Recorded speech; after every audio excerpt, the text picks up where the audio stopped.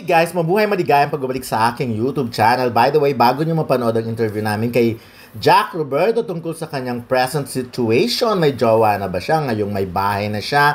Tapos na nga ang bahay, may negosyo. At ano bang plano niya? Mag-aasawa na ba? May boyfriend. May girlfriend na ba siya? Meron na ba siyang pinalit kay Barbie Fortesa? But anyways, ayun nga, naganap ang eksenang yon sa press ko ng My Father's Wife. Of course, bida dyan. Aside from Jack Roberto, nakikita niyo naman yung mga artista dyan. Gabby Concepcion, Kylie Padilla, and Kazel Kinochi. Si Kazel, di ba, alam naman natin na sikat na sikat yan nung mga panahon ng abot kamay, pangarap. So anyways, Gabby Concepcion, di ba, bagets na bagets pa rin. Of course, Jack Roberto. So actually, 3 press cons yun eh. Ang ganda sana kasi ang dami mong mai-interview. And after a long time na-interview din si Jack Roberto. Kaya lang, syempre, medyo may mga limits. So, napalusot lang namin yung mga ibang tanong. But anyways, tsaka, parang ganun eh. Minsan parang pag nangangapa yung kaharap mo. So, ikaw nangangapakan na rin tuloy. Hindi mo may mga ini-interview ka talaga na ang hirap i-push. But anyways, bongga rin naman na interview doon kay Kylie Padilla, of course, at kay Kazel nga. Si Kazel tungkol sa tandem nila ni Gabby Concepcion, kung na-intimidate ba siya. Especially may mga moments sila talaga, may mga intimate moments sila. And of course, yung time, di ba, naalala nyo ba si Kazel, na-link siya kay Richard Gutierrez noon. So, ayun, alam naman natin na imposible ba. Yun nga, neighbor pala sila talaga. Neighbor niya si Richard. And of course, ayan ang kaso. Nakita niyo naman, may Snooki Serna, Eileen Mulak, Gabby Concepcion, Kylie Padilla, and Kazel of Jack Roberto, Andre Parras. So, ang daming pwedeng interviewin kanina. Kaya lang, parang dahil 3 nga yung series na yan, parang hindi mo sila, kumbaga, sit down dinadala sila sa table mo, so interview mo sila, parang ganon so, syempre, kung may lakad ka pang iba, medyo may inip-inip ka. But anyways, ayan, nakakatuwa lang kasi na makita nga na, ayan, nagbabalik nga si Jack Roberto, kahit pa paano, may project na rin naman siya uli. So, etong video na to, naaliw lang ako dito, hindi ko alam kung bakit nagkaganito. Siguro, habang nag-i-interview ayun, binati ako ni Anthony Pastor Pide, isa sa mga parang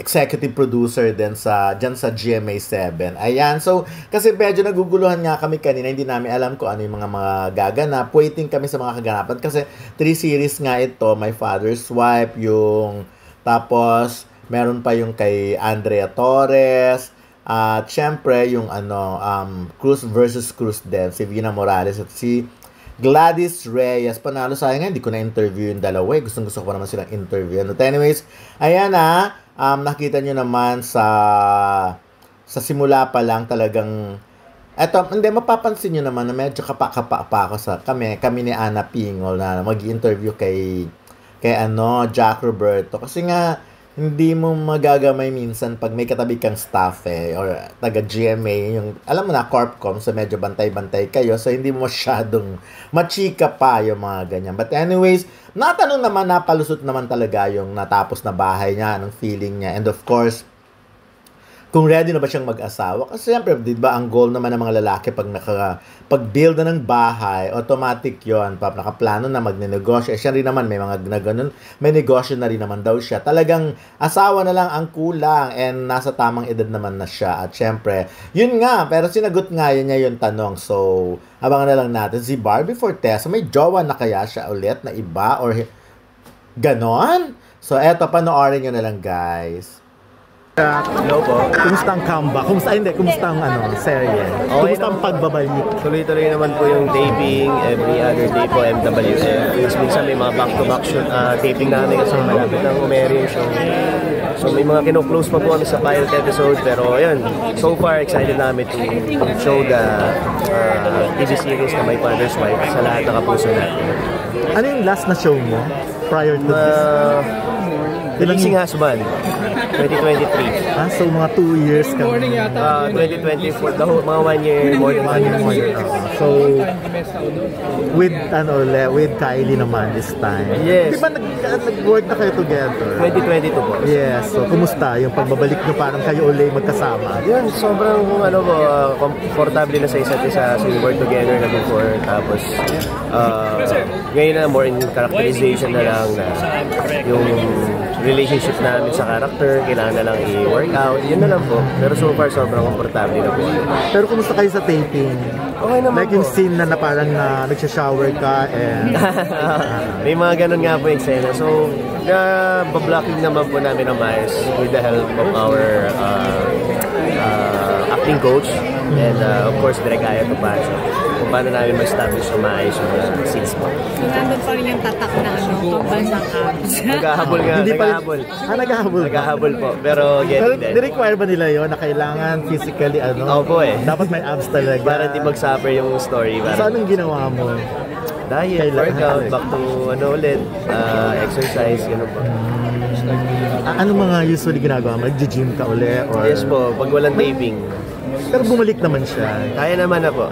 So ngayon, marami exposure yung abs. Sana po. For sure, may mga iba pa po nakukunan na meron sa script eh. Kaya kailangan magsipag talaga. Pero kasi medyo drama din ang role mo eh. Diba? So saan nanggagaling yung... Saan ka humuhugot?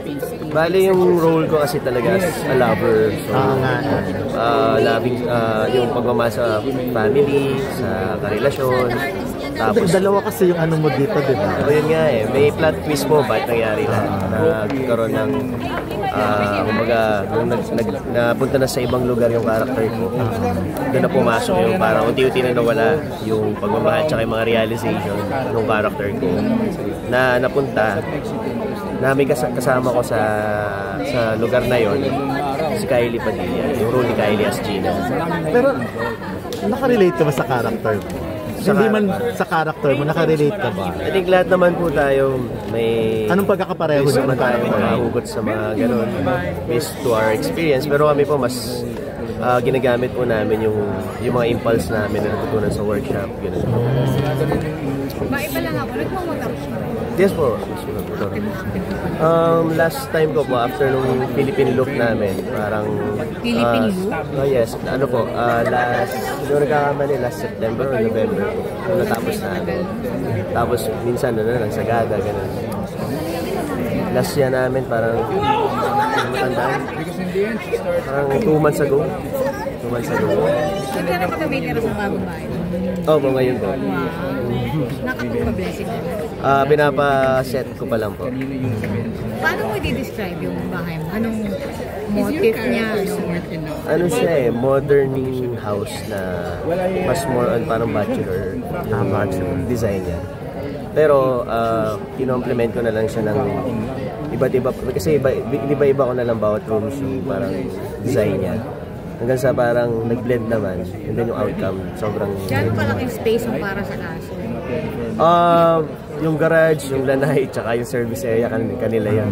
Pati mga mini garden. Anong feeling nung nakita mong buo na siya? Sobrang fruitful po talaga. So, syempre, it's been 2 years din. 2 years nung plinano. Ay, 1 year, almost 1 year plinano. 1 year 2 years pinatayo.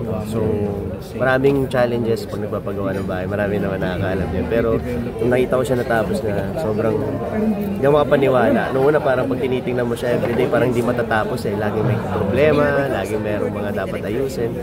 Pero nung finally nandun na ako, parang doon lang nag-sink in sa akin na after na may bahay all these years na sa'yo talaga yung solo lang, no? Hindi kasama iba naman yung kay Sanya. Iba po yung Sanya. Ano next goal after nakapagay ka na ng bahay?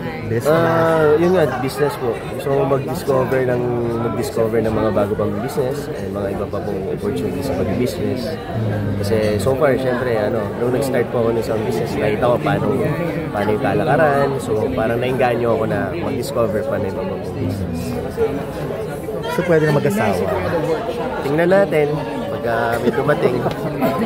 May nakabantay kasi. Wala pa ba? Wala Hindi, pa. pwede na, di ba? Kasi may bahay na. Usually, yun naman ang goal ng iba pag magbahay muna and then mag-asawa. Pwede naman pong investment lang din. Okay. So, wala muna. Wala pa sa plano. Ang Trabaho lang. Trabaho. Okay. Tanong ka pa. Okay na. Thank you. Thank you, Jack.